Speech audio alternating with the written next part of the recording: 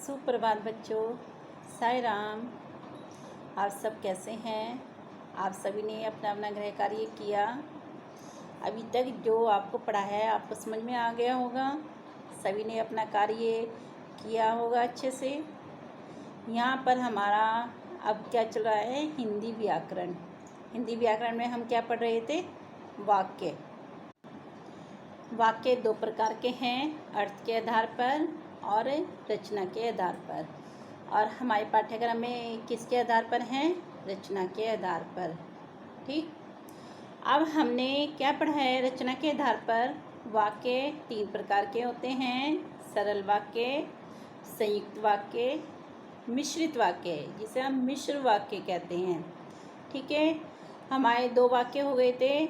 आज हम क्या देखेंगे? मिश्रित वाक्य। मिश्रित वाक्य, मिश्र वाक्य। ठीक है, मिश्र वाक्य किसे कहते हैं? इसमें आप ध्यान से सुनेंगे। मिश्र वाक्य में क्या होता है? इसमें एक से अधिक उपवाक्य होते हैं। जिस प्रकार से मैंने संयुक्त वाक्य में आपको बताया कि संयुक्त वाक्य में भी दो या दो से अधिक उपवाक्य होते हैं और उन्हें किससे जोड़ा जाता है? समुच्चय बोधक शब्दों से जोड़ा जाता है। इसमें भी एक से अधिक उपवाक्य होते हैं और ये उपवाक्य दो प्रकार के होते हैं। कौन कौन से? प्रधान उपवाक्य, आश्रित उपवाक्य। ठीक है, आया समझ में? मिश्रित उपवाक्य के भेद होते हैं, दो होते हैं, प्रधान उपवाक्य और आश्रित उपवाक्य। ठीक है, अब यहाँ पर देखेंगे प्रधान उपवाक्य किसे कहते हैं। प्रधान उपवाक्य को मुख्य उपवाक्य भी कहते हैं। ठीक है, हमें अगर प्रधान उपवाक्य है तो उसे मुख्य उपवाक्य भी कहेंगे तो भी हमारा गलत नहीं होगा, क्योंकि वह मुख्य उपवाक्य भी होता है। फिर ये दूसरा है मिश्रित वाक्य में यह एक ही होता है। ठीक है, इसमें हमारे उपवाक्य तो काफ़ी सारे होते हैं, लेकिन इसमें मिश्र वाक्य में जो हमारा प्रधान उपवाक्य होगा वो एक ही होगा। आगे थर्ड नंबर पे देखेंगे, प्रधान वाक्य पूर्ण स्वतंत्र होते हैं, यह किसी अन्य उपवाक्य पर आश्रित नहीं होते। तो जो प्रधान उपवाक्य होते हैं वे अपने में पूर्ण स्वतंत्र होते हैं, ये किसी पे भी आश्रित नहीं रहते हैं। ठीक है, अब फोर्थ नंबर पे है मिश्रित वाक्य से सरल वाक्य बनाते समय इनकी क्रिया में कोई भी परिवर्तन नहीं होता। तो जब हम वाक्य को परिवर्तित करते हैं दूसरे वाक्य में, सरल वाक्य में अगर कर रहे हैं तो क्या होता है कि इसकी क्रिया में कोई भी परिवर्तन नहीं होता। क्यों नहीं होता? क्योंकि ये मुख्य क्रिया होती है। मुख्य क्रिया होती है तो इसलिए इसमें कोई भी परिवर्तन नहीं होता है।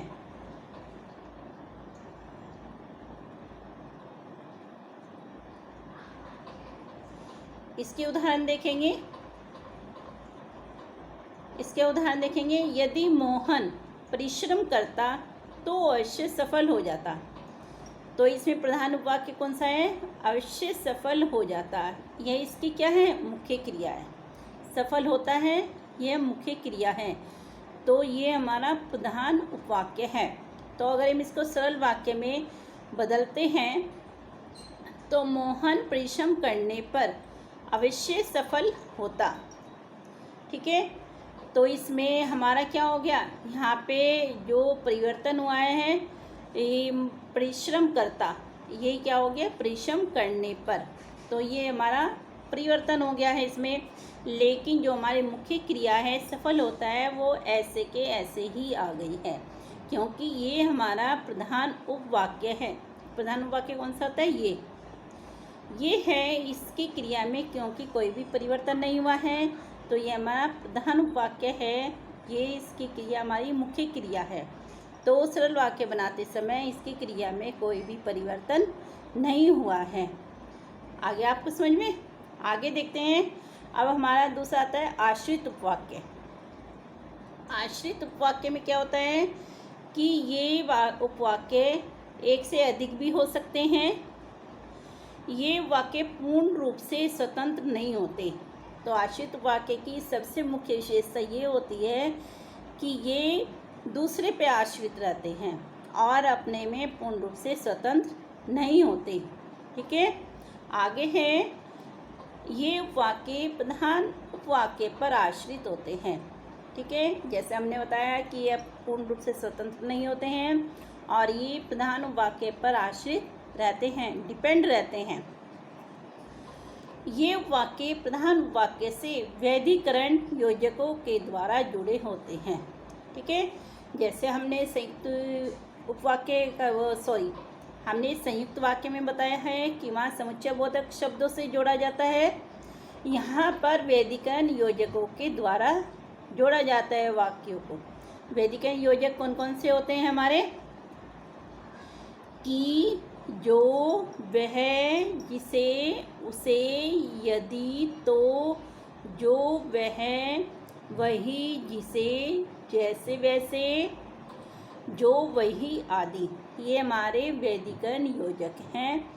इनके द्वारा ही हम अपने उपवाक्यों को जोड़ते हैं। ठीक है, आपको अच्छे से समझ में आया है।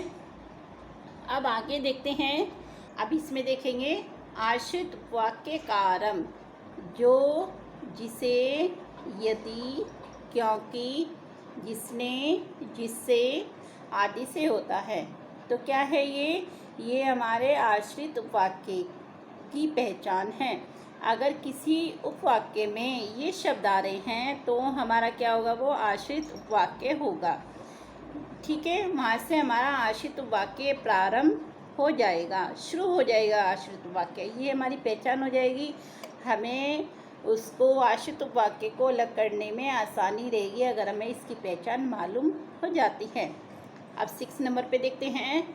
मिश्र वाक्य से सरल वाक्य बनाते समय आश्रित उपवाक्य की क्रिया में परिवर्तन हो जाता है। आश्रित वाक्य की क्रिया भी परिवर्तित हो जाती है।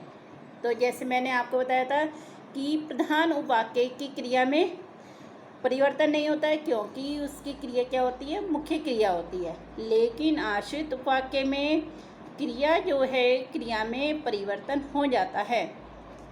अब इसका यहाँ पे उदाहरण देखेंगे। उदाहरण में जो व्यक्ति धनी है वह हर चीज़ खरीद सकता है। तो इसमें जो यहाँ पे वाक्य के शुरू में आ गया है, आरंभ में आ गया है, तो ये पहचान हो गई है कि ये आश्रित उपवाक्य है हमारा। ठीक है, अब इसमें सरल वाक्य बनाते समय देखेंगे धनी व्यक्ति हर चीज़ खरीद सकता है। तो यहाँ पे जो व्यक्ति धनी है तो यहाँ बन जाएगा धनी व्यक्ति। तो इसमें परिवर्तन आ गया है, लेकिन वह हर चीज़ खरीद सकता है, इसमें कोई भी परिवर्तन नहीं हुआ है क्योंकि प्रधान उपवाक्य है। इसकी क्रिया जो है मुख्य क्रिया है। ठीक है, अब एक और उदाहरण देखेंगे। यहाँ पर जैसे ही तुम आए बारिश होने लगी। तो यहाँ पे जैसे ही स्टार्टिंग में है, इसके शुरू में आ गया है, तो ये हमारा क्या है? आश्रित उपवाक्य हो गया। ये इतना हमारा आश्रित उपवाक्य। ठीक है, इसको हम ऐसे भी लिख सकते हैं, जैसे ही तुम आए वैसे ही बारिश होने लगी। इसमें वैसे ही आ सकता है, लेकिन यहाँ पे वैसे ही हमारा लुप्त हो गया है, छिप गया है। वो इस तरह से भी हो सकता है, इस तरह से भी हो सकता है। तो दोनों तरीके से हमारे वाक्य आ सकते हैं परीक्षा में। तो इसका सरल वाक्य कैसे बनेगा? तुम्हारे आते ही बारिश होने लगी। तो यहाँ पे परिवर्तन कहाँ आ गया? तुम आए, और यहाँ तुम्हारे आते ही, क्योंकि ये आश्रित उपवाक्य है, इसकी क्रिया में परिवर्तन हो गया है। और लेकिन यहाँ पे बारिश होने लगी, तो ये हमारा एज इट इज़ ऐसे ही रहा है बिल्कुल। हमने इसमें कोई भी परिवर्तन नहीं किया है क्योंकि हमारा ये प्रधान उपवाक्य है। प्रधान उपवाक्य की क्रिया में कोई भी परिवर्तन नहीं होता है। क्यों नहीं होता है? क्योंकि ये मुख्य क्रिया होती है। ठीक है, आगे देखेंगे। अब आश्रित उपवाक्यों के भेद।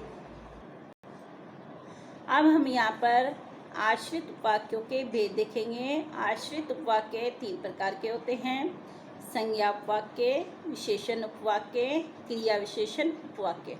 ठीक है, इसमें सबसे पहले संज्ञा उपवाक्य आ जाता है हमारा। संज्ञा उपवाक्य प्रधान उपवाक्य की किसी संज्ञा के बदले में प्रयुक्त होता है। तो इसका अर्थ क्या है कि इसमें जो हमारा प्रधान उपवाक्य है उसमें जो हमारी संज्ञा है, तो आश्रित उपवाक्य में वह कभी कभी संज्ञा के बदले में भी प्रयोग किया जाता है। उसमें हम उसके संज्ञा के बदले में प्रयोग कर लेते हैं। कभी कभी वहाँ पर सर्वनाम आ जाता है वो संज्ञा के स्थान पर। ठीक है, आगे देखते हैं यहाँ पर कि कभी कभी कर्म के रूप में भी काम करता है। तो जो हमारा आश्रित उपवाक्य है वो प्रधान उपवाक्य के कर्म के रूप में भी काम करता है। अब 3rd नंबर पर संज्ञा वाक्य अधिकतर की से आरंभ होता है। तो ये हमारा संज्ञा उपवाक्य की पहचान है कि उसमें अगर की शब्द आ रहा है तो वो संज्ञा उपवाक्य है। कभी कभी की शब्द लुप्त भी हो जाता है। कभी कभी की शब्द लुप्त भी हो जाता है, तो इसका अर्थ ये हो गया कि कभी कभी ये छिप जाता है, लेकिन हम जब वाक्य को पढ़ते हैं तो हमें एकदम मालूम हो जाता है कि ये हमारा संज्ञा उपवाक्य है। ठीक है, आगे इसके उदाहरण देखेंगे। उदाहरण में क्या है, राम ने कहा कि हम लड़ाई नहीं चाहते। तो ये की यहाँ पर आ गया है, की से हमारा ये वाक्य शुरू हो जाता है, तो इसका अर्थ क्या है, ये हमारा आश्रित उपवाक्य है। ठीक है, पहचान हो गई है हमें, और ये हमारा प्रधान उपवाक्य है। इसमें क्या है कि राम ने कहा कि हम लड़ाई नहीं चाहते। लड़ाई क्या है, हमारा कर्म, तो कर्म के रूप में प्रयोग हो रहा है यहाँ पर। तो ये हमारा क्या है, संज्ञा उपवाक्य है। पहचान होती है क्योंकि हम वाक्य पढ़ते हैं तो हमें मालूम हो जाता है यह कर्म के रूप में प्रयोग हो रहा है, और हम क्या है, वो संज्ञा के स्थान पे प्रयुक्त हो रहा है। यहाँ पर हम क्या है, ये राम के स्थान पर प्रयुक्त हो रहा है, तो दोनों बातें हो रही हैं, तो ये क्या है, हमारा संज्ञा उपवाक्य है। ठीक है, एक और उदाहरण देखेंगे। तुम नहीं आओगे मैं जानता था।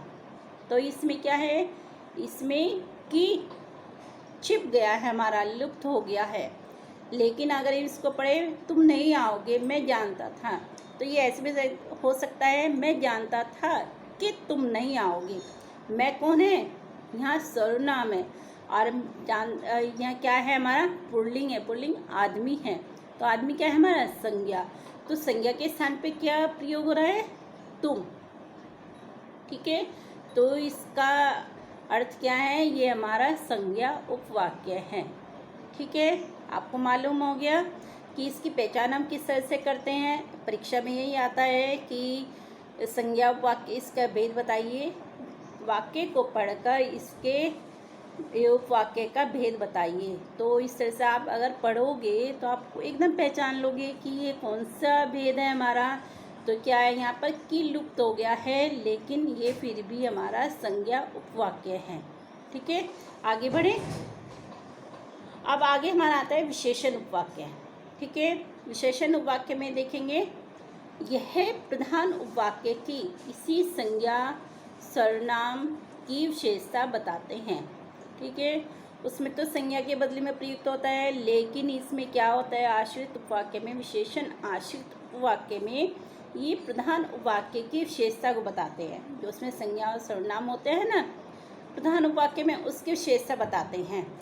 और इसकी पहचान क्या है, इसका आरंभ जो होता है, जो, जिसे, जिसने, जिसको, जिनको, जिनके लिए आदि से होता है। इनकी पहचान है कि अगर कोई वाक्य इन शब्दों से शुरू हो रहा है तो वो हमारा विशेषण उपवाक्य कहलाता है। ठीक है, ये इनकी पहचान है। अब इनका उदाहरण देखेंगे।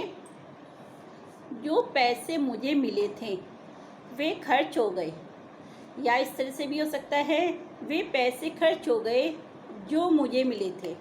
तो यहाँ पे देखिए, ये वाक्य जो से शुरू हुआ है, और ये अंत में आ गया वाक्य, ये भी जो से शुरू हुआ है। तो इसका मतलब क्या है, ये विशेषण उपवाक्य है। ये पहचान हो गई है। इसमें पैसे की विशेषता बताई जा रही है कि वे पैसे खर्च हो गए जो मुझे मिले थे। ठीक है, पैसे की विशेषता है इसमें कि कौन से पैसे खर्च हुए हैं, जो मुझे मिले थे वे खर्च हो गए हैं। इसमें विशेषता बताई जा रही है, और इसमें पहचान भी हो गई कि जो से शुरू हो रहा है, तो इसलिए हमारा क्या है, ये विशेषण उपवाक्य है। ठीक है, इसमें एक और उदाहरण देखेंगे। यह वही आदमी है जिसने कल चोरी की थी।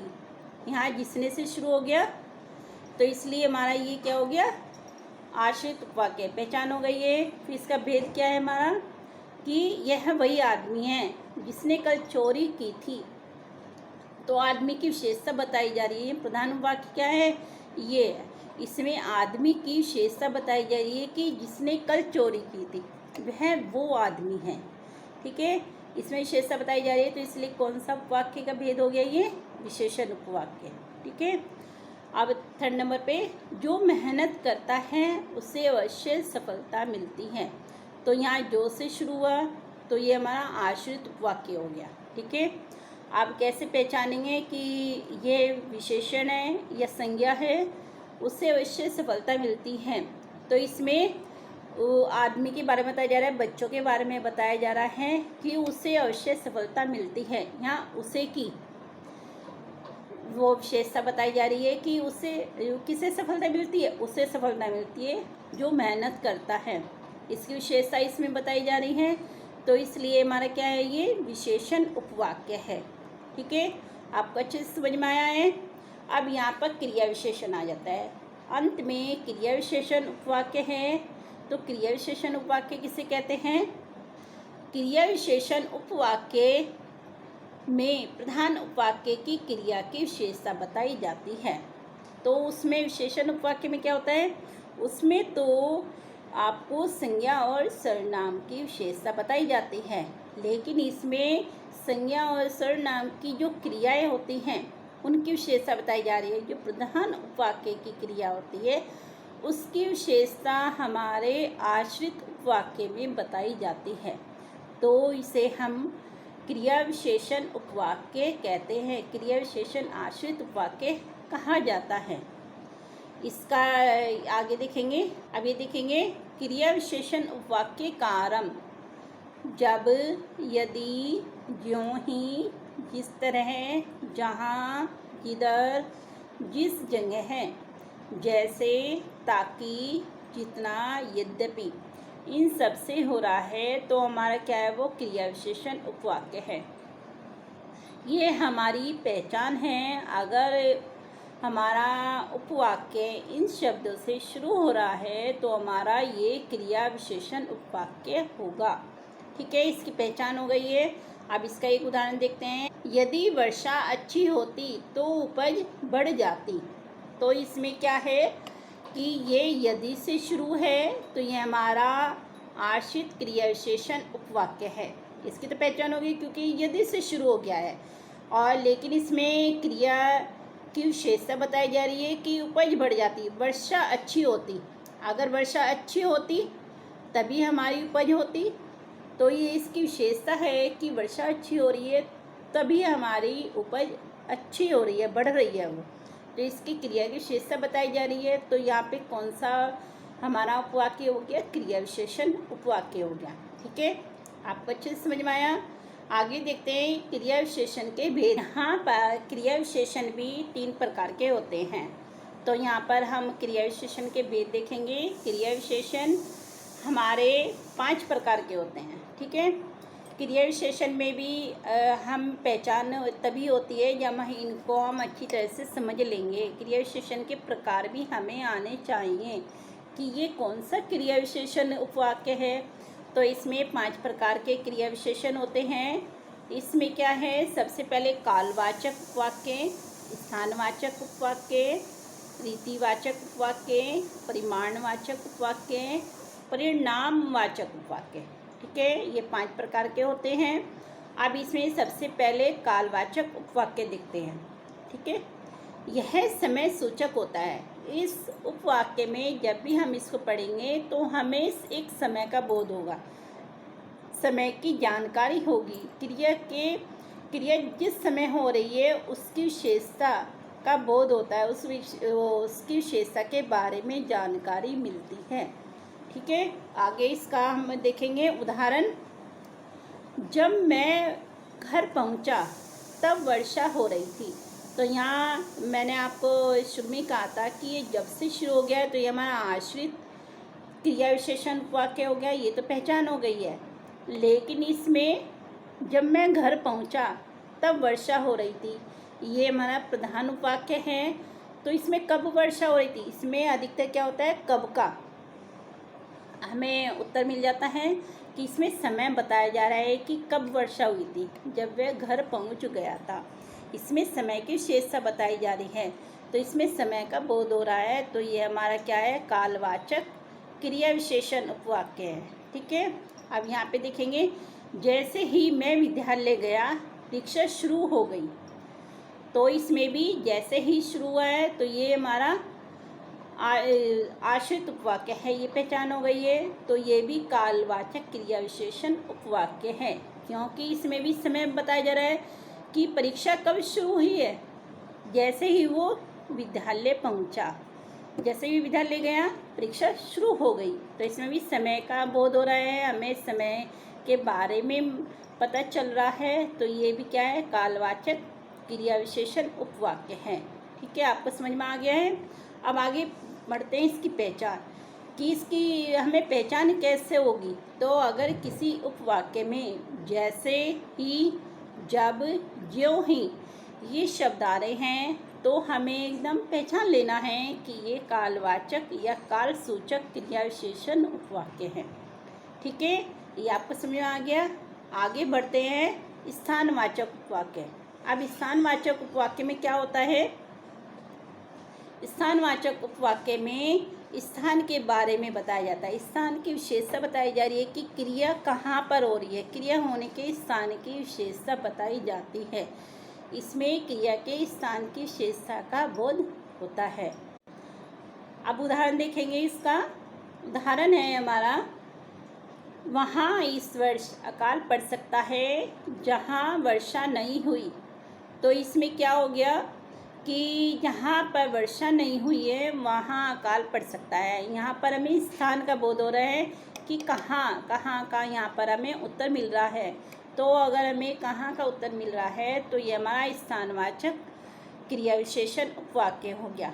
ठीक है, इसमें अब देखेंगे जिधर तुम जा रहे हो उधर आगे रास्ता बंद है। तो यहाँ पे जिधर से शुरू है तो ये हमारा आश्रित उपवाक्य हो गया। तो कौन सा है, यहाँ पे स्थान के बारे में बताया जा रहा है कि उधर रास्ता बंद है। तो कहाँ रास्ता बंद है, कहाँ का हमें उत्तर मिल रहा है कि जिधर तुम जा रहे हो। तो ये कौन सा हमारा उपवाक्य हो गया कि हमारा ये स्थानवाचक क्रिया विशेषण उपवाक्य हो गया है। ठीक है, जहाँ पे हमें स्थान का बोध हो रहा है वो हमारा स्थानवाचक उपवाक्य होता है। अब आगे इसकी पहचान देखेंगे। इसमें पहचान में क्या है कि वाक्य के आरंभ में जहाँ, जिधर, जिस जगह है, अगर ये शब्द आ रहे हैं तो वो हमारा स्थानवाचक क्रिया विशेषण उपवाक्य होता है। ये पहचान है, अगर वो वाक्य के आरंभ में ये शब्द आ गए तो हमें पहचान लेना है कि ये स्थानवाचक क्रिया विशेषण उपवाक्य है। अब आ जाते हैं रीतिवाचक उपवाक्य। अब यहाँ पर रीतिवाचक उपवाक्य देखेंगे। रीतिवाचक उपवाक्य में क्या होता है, यह हमें क्रिया के होने के तरीकों की विशेषताओं का बोध कराते हैं। तो अर्थात ये कि ये हमें क्या करते हैं, इसमें क्रिया के होने का तरीका हमें पता चलता है कि क्रिया किस तरीके से हो रही है। ठीक है, अब इसका उदाहरण देखेंगे कि बच्चे वैसा करते हैं जैसे उन्हें सिखाया जाता है। तो कैसा करते हैं बच्चे, जैसा उन्हें सिखाया जाता है। यह हमें तरीका मालूम हो गया है कि बच्चे कैसा कार्य करते हैं। तो जैसे उन्हें सिखाते हैं, तो यह जैसे से हमारा वाक्य शुरू हो गया है। तो इसका अर्थ ये है कि यहाँ से हमारा आश्रित उपवाक्य हो गया। ये हमारा प्रधान उपवाक्य है और ये हमारा आश्रित उपवाक्य है। इसमें हमें कार्य के तरीके का पता लग रहा है कि बच्चे कैसा कार्य कर रहे हैं। तो ये कौन सा हमारा उपवाक्य है, हमारा ये रीतिवाचक क्रिया विशेषण उपवाक्य है। अब इसको देखेंगे, वह उसी प्रकार पढ़ता है जैसा उसके अध्यापक पढ़ाते हैं। तो इसमें वह किस प्रकार पढ़ता है, उसमें क्या विशेषता बताई जा रही है, जैसा उसके अध्यापक पढ़ाते हैं। तरीका मालूम हो रहा है कि वे किस प्रकार पढ़ रहा है। तो किस प्रकार का इसमें हमें उत्तर मिल रहा है। तो ये हमारा कौन सा उपवाक्य है, हमारा रीतिवाचक क्रिया विशेषण उपवाक्य है।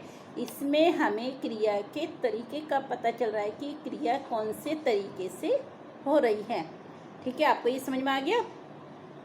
आगे इसकी पहचान देखेंगे कि वाक्य के आरंभ में जैसा, जिस तरह, जैसे अगर ये शब्द आ रहे हैं तो ये हमारा रीतिवाचक क्रिया विशेषण उपवाक्य होता है। आप अगर ये शब्द देख रहे हैं तो एकदम से पहचान लोगे कि ये हमारा कौन सा उपवाक्य है। ये हमारा रीतिवाचक क्रिया विशेषण उपवाक्य है। ठीक है, ये आपको अच्छे से समझ में आया है। आगे देखते हैं हम परिमाणवाचक उपवाक्य। परिमाणवाचक उपवाक्य में क्या होता है? यह क्रिया की मात्रा का सूचक होता है। यह हमें क्रिया की मात्रा का बोध कराते हैं, अर्थात क्रिया की मात्रा की विशेषता बताते हैं। ठीक है, इसमें हमें क्रिया की मात्रा पता लगती है कि क्रिया कितनी हो रही है। तो इसका अब यहाँ पर उदाहरण देखेंगे। जैसे जैसे गर्मी बढ़ेगी वैसे वैसे धूप में खड़ा होना कठिन हो जाएगा।